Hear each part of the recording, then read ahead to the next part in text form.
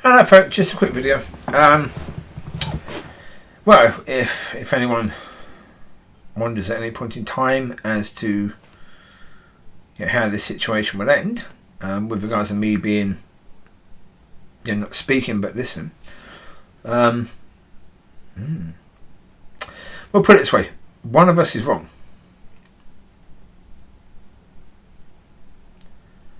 If I'm wrong, then I shouldn't be doing videos until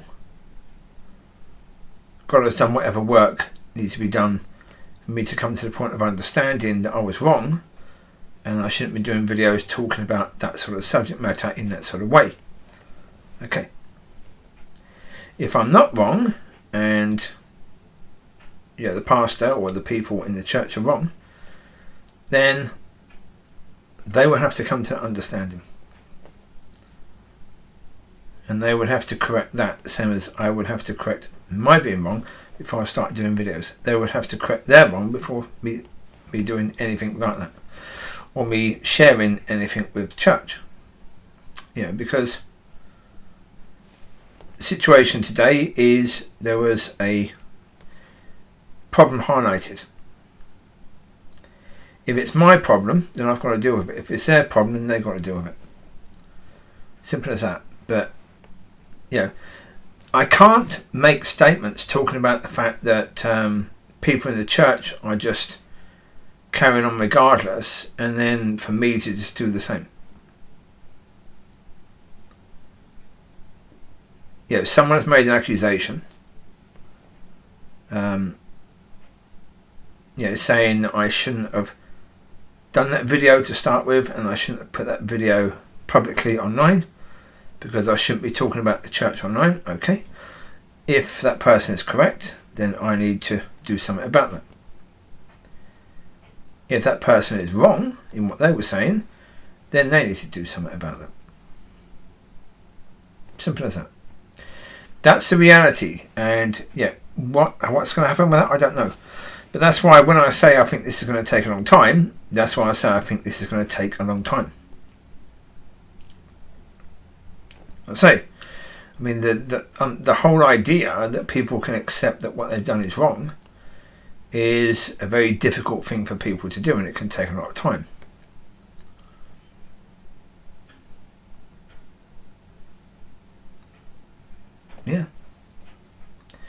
Well, the fact that today I was called, I was accused of being prideful, and that I thought wrongly that I knew more than the other people in the church.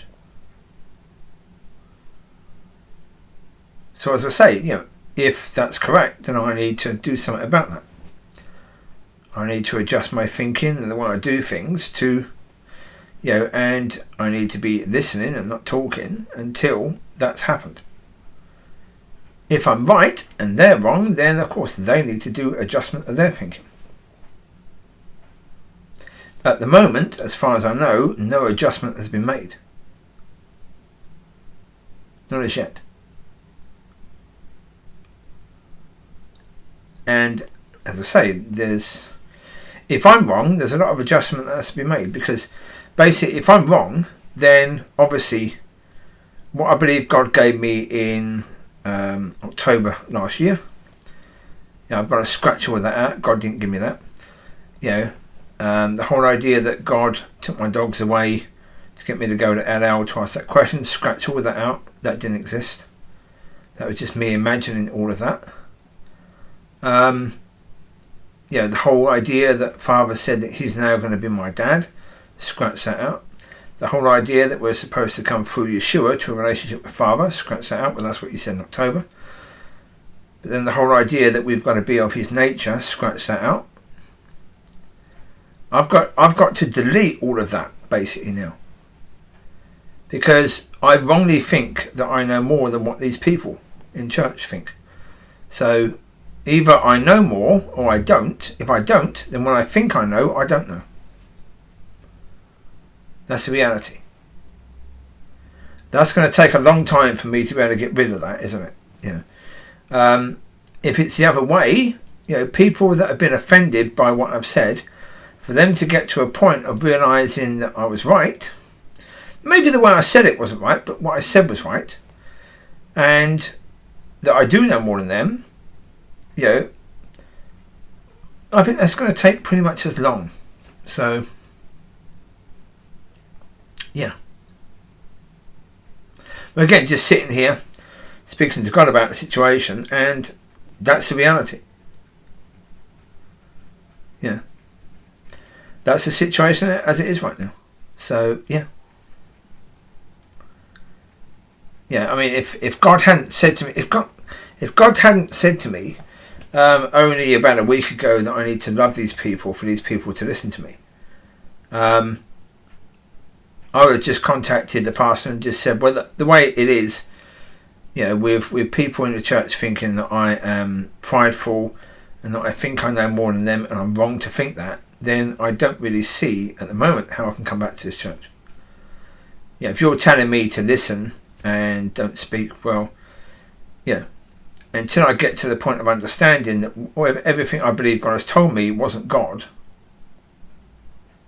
and that I didn't hear right, then that's going to take a long time. Until that happens, I'm going to want to share that. So therefore, listening and not speaking is going to be difficult. I can do it, but if I do it, it means I have to do it strictly. So I have to do it to the point where I don't share in any meeting at all. I don't share anything. So don't ask me my opinion on something. Don't even ask me really how I'm doing. Because the problem is when people ask me how I'm doing in the church and I say, oh, it's been fantastic, they don't like that. They really don't. They don't like that in any way, shape or form. They get, they don't like me saying that at all. So, again, if I'm expected to come down to their level to be able to communicate with them in a way where they'd be happy, then I can't do that. That's the reality. I can't do that. Well, that's actually if their level is below. If their level is above, then they're going to have to help me to get there. And so again, I can't do that initially, can I? But in the end, as I say, that this is where the thing of it is now, is that we have so many accusations made, then it's like, okay. As I said, I've been in churches before and you always get this. As soon as you speak out against what's going on, you get this. Now, as I say, the way I spoke out, was it perfect? No. But also, as I said, the problem is people will use whatever excuse to ignore what was said. Or to basically rubbish what you said. So if you say it in a way that isn't great, they use that. Now that means basically any minister, I can listen to any minister.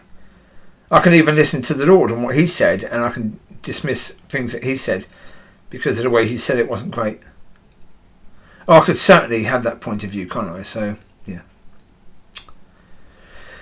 So there you go. It is what it is. Yeah. It is what it is. So, yeah. Yeah, so there's movement that has to be made because, I can't have my view and them have their view, and we certainly can't go back to what it was simply because of the fact that now these accusations have been made. Again, I said to the pastor even today, the problem is when you put your head above the parapet and you start speaking out, people attack you. Yeah. Now, am I saying that that's the situation here? No. But it seems funny that I've said many, many times that when you do stand up and you start speaking out against what's going on, you get attacked. You always get attacked. That's the reality. You always do. And so, yeah. But the problem is once that's happened, you can't go back. You can't. You can't go back to the way things were before simply because, the other side has said the way things were before wasn't good enough. They don't like it. And I've said the same. I've said the way things were before weren't good enough.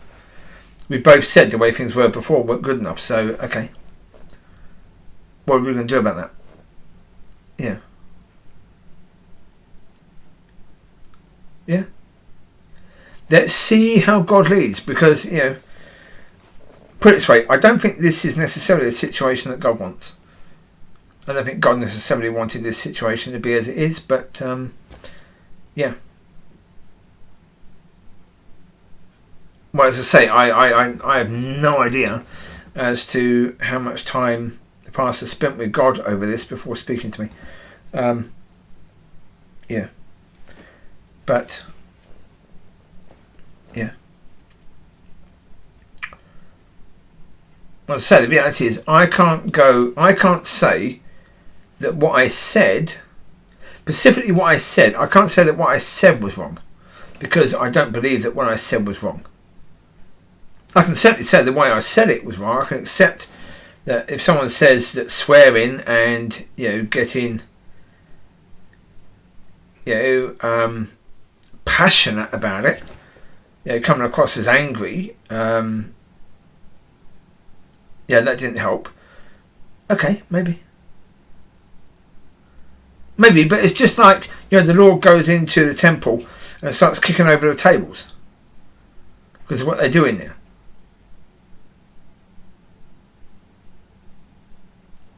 Well, as I said, I've explained so many times that when I see the levels of worship and ministry, yeah, do I just want to kick over the tables? Yeah. But when I did that video on Sunday, you didn't hear me throwing furniture around. So I didn't get that angry. Yeah. Yeah. But there you go, that's the situation. So there you go. I just thought I should, yeah. That is where it is right now. The only person who can change that is God. So there you go. It is what it is. Yeah. Right, you take care, God bless. I'll speak to you soon. Indeed, yes. I just thought I should really say something about that, because obviously, you know, saying I won't be doing videos for a while talking about what God is doing or saying, then yeah, it made sense to say, well, okay, how is this likely to end? Well, there's only two ways it is going. Well, three ways it's going to end. But compromising? No. See, that's the problem. I can't compromise. I've compromised enough over the years. Just going to a church is me compromising. Just not standing up in the middle of the service and saying, excuse me, you think this is enough? You think what you're doing is honouring God?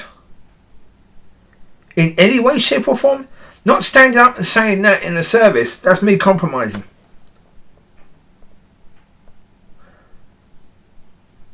It is. Yeah, people don't know me. They, you know, if you know me, you understand. But if you don't know me, you would never understand that, because you're not that.